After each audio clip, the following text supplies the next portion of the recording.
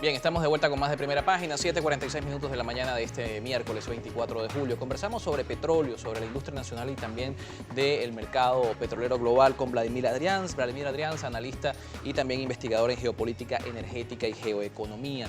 Dejábamos en la parte anterior la idea que tenía que ver con el impacto que la situación de la industria nacional, la caída de la producción petrolera de Venezuela ha tenido en el mercado global. Desde el año 2016, la OPEP y también 11 productores independientes realizó un acuerdo de congelación de la producción que implicaba la reducción de cerca de 1.4 millones de barriles diarios. La mayor parte de la carga la llevarían los países OPEP con 800.000. De 2016 a la fecha, Venezuela ha reducido su producción petrolera por debajo del millón. Y hay un debate sobre la efectividad de este acuerdo de congelación, en el entendido de que tres factores. Venezuela, por motivos internos, disminuye su producción petrolera. Libia e Irán, también por motivos internos, disminuyen su producción petrolera, y está en tela de juicio si a nivel global el acuerdo ha sido efectivo o ha sido más una reducción petrolera por factores externos al acuerdo que se dio. Fíjate que volvemos al concepto de totalidad. ¿Qué pasó en Libia? Libia fue bombardeado y destruido. ¿Qué pasó en Siria? La misma historia. ¿Qué ha sucedido con Irak? La misma historia. Y entonces nosotros no podemos decir que es un problema interno, es un problema que literalmente es afectado por la geopolítica de factores concretos en el mundo como son los Estados Unidos y ciertos aliados europeos. Evidentemente es así. El caso de Venezuela, Venezuela vive un inmenso bloqueo, no son sanciones, es un bloqueo. Pero de nuevo, la producción ha caído desde hace más de 10 años. Ha caído, ¿por qué? Porque siguen habiendo intereses dentro de la industria que juegan a favor de los intereses foráneos. Eso es lo primero que hay que decirlo.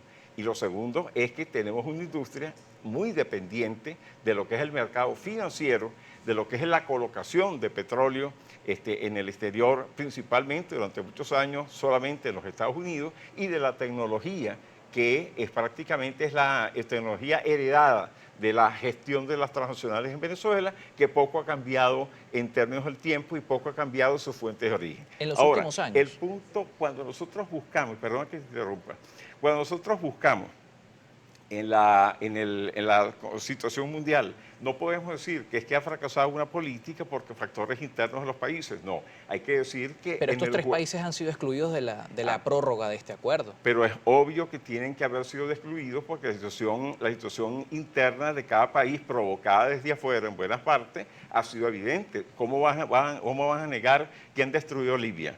¿Quién la destruyó? Los Estados Unidos, Inglaterra, Francia e inclusive Alemania participó también en eso. ¿Quién destruyó Siria? El Estado Islámico, financiado ¿por qué? Por los Estados Unidos de América. ¿Quién tiene las sanciones sobre Venezuela? Los Estados Unidos, aprovechando de que la dependencia sembrada durante todo el siglo XX ha generado sus causas, inclusive de orden cultural y de intereses internos dentro de los propios grupos de gobierno en este siglo XXI. Pero ¿cómo entender esta teoría en el entendido que Estados Unidos ha pasado a ser el productor de petróleo más importante del mundo en volumen de producción? Hablamos de 13 millones de... Y es lógico, ¿no? Y te voy a decir más. ¿Cómo entender que Estados Unidos quiere disminuir la producción del resto, siendo Estados Unidos hoy, a través de del fracking, a través del petróleo de lutitas, el mayor productor de petróleo global? Ok, eso es cierto. Y te voy a decir algo más. Ha subido sus reservas de petróleo, según Reuters, que publica un fragmento publicado por la Agencia Internacional de Energía en noviembre pasado, donde habla de que ellos tienen reservas para 78 años. Entonces, la pregunta es, ¿por qué John Bolton dice que la industria petrolera venezolana estaría mejor manejada? O sea, estaría mejor en manos estadounidenses, porque la ExxonMobil ha mostrado todos sus intentos para ponerle la mano al petróleo pesado de la faja. Y eso tiene mucho que ver con algo que publica justamente la Reuters Energy, que es una especie de compañía que hace inteligencia, pues, en pocas palabras, para el mundo occidental, principalmente en materia de petróleo, de energía. Y ellos hablan de dos escenarios que pueden darse para lo que podría ser la recuperación petrolera de Venezuela. El primero de los escenarios es que ocurra un cambio de gobierno. Que un cambio de gobierno llevaría a una apertura petrolera. Lo dicen claramente. Y el segundo caso es que se mantenga el chavismo en el poder. Esos son los dos escenarios que ellos publican en un artículo que de paso lo pueden bajar de internet, está ahorita ahí mismo. Y habla de que el factor clave para que en Venezuela la producción no crezca, y lo dice aquí, fíjate, el factor clave en el análisis de Rystad Energy es que Venezuela depende de los diluyentes importados que luego se mezclan con el crudo pesado producido en la faja del Orinoco y actualmente compraba, o sea, en ese momento 60.000 barriles diarios de nafta de los Estados Unidos, bloqueado por el gobierno de Donald Trump desde el 29 de enero de este año.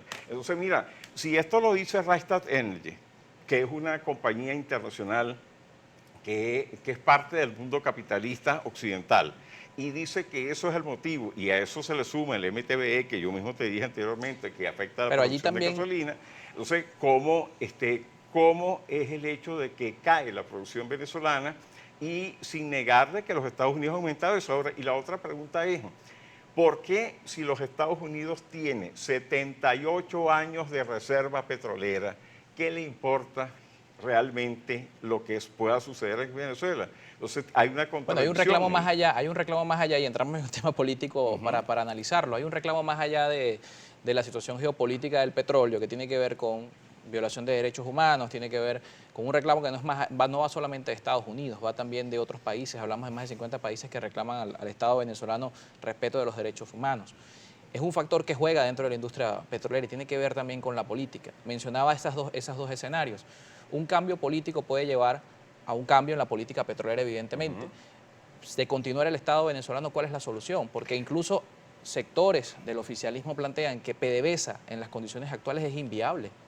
Fíjate que en el caso concreto de lo que estás diciendo, eso hay que contrastarlo con lo que acaba de suceder estos días, el fin de semana, que la reunión de los no alineados, que son más de 120 países, más China, y estaba la Federación Rusa también ahí, pesan del otro lado de la balanza. Eso es importante. Estamos hablando de 120 de Rusia, países. de uno de los más importantes consumidores y uno de los más grandes productores. Entonces, 120 países de un lado contra 54 del otro. Entonces, estamos hablando de una diferencia importante. Ahora, que estos sean parte del capitalismo colonial, imperial y occidental, durante que ha manejado las esferas del mundo en los últimos 500 años, eso por supuesto tiene un peso. Ahora, ¿cuál es la solución en Venezuela? Muy simple. Venezuela tiene que buscar ahorita, en este momento, a no depender prácticamente, depender en lo menos posible de la industria petrolera en el marco de su desarrollo nacional. Venezuela no es solamente petróleo, porque desgraciadamente, permíteme terminarte la idea, Venezuela es un país que fue combinado prácticamente en el año 1945, febrero del 45, enero-febrero del 45, en la conferencia de Chapultepec en México, a ser prácticamente una factoría petrolera. Eso tumbó todo tipo de posibilidades a que Venezuela realmente pudiera explotar su agricultura. Pero ha tenido el Estado la posibilidad también de diversificar la economía y lo ha tratado de hacer en distintas oportunidades. Mientras tengamos lo que se llama, el efecto que por cierto lo mal calificaron en Venezuela, la enfermedad holandesa, que es otra cosa, que un sector de la economía se come por su pujanza, por su inversión, por su rentabilidad. Al resto de los sectores de la economía vamos a tener este estado de atraso que hemos tenido durante todo este tiempo. Nos toca despedir, profesor. Muchísimas gracias por acompañarnos. Qué lástima que no me den el tiempo que le dieron a la persona anterior, que fue mucho más que el mío.